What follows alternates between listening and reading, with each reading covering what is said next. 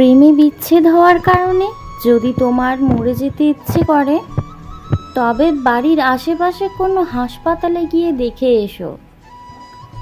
মানুষ একদিন বেঁচে থাকার জন্য কত লড়াই করে।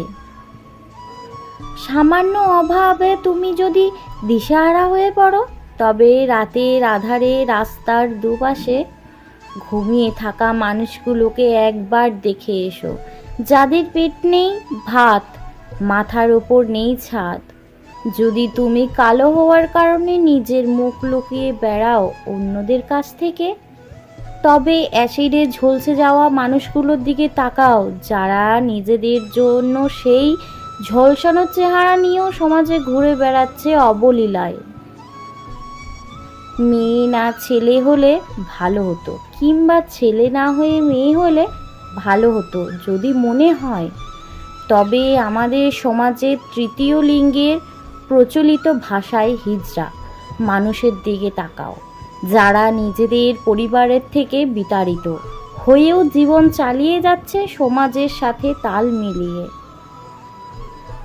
যদি নারী বলতে টাকা লোভী, ছলনাময়ী, ধোঁকাবাজ মনে হয়, কিছু কিছু মেয়েরা এমনই হয়।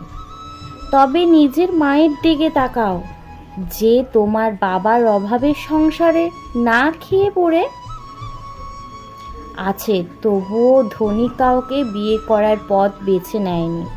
তার মেয়ে সবচেয়ে নিরাপদ আশ্রয়স্থল। নিজের মধ্যে যদি কখনো অহংকার এসে পড়ে, তবে কখনো কবরস্থান থেকে ঘুরে এসো, যেখানে তোমার চেয়ে বড় বড় জ্ঞানী, সুন্দরী এবং সফল ব্যক্তিরা মাটির নিচে শুয়ে আছে। ভিডিওটি যদি ভালো লেগে থাকে তাহলে অবশ্যই লাইক, কমেন্ট, শেয়ার করতে ভুলবেন না যেন। আর হ্যাঁ, অবশ্যই সাবস্ক্রাইব করে দিন চ্যানেলটি।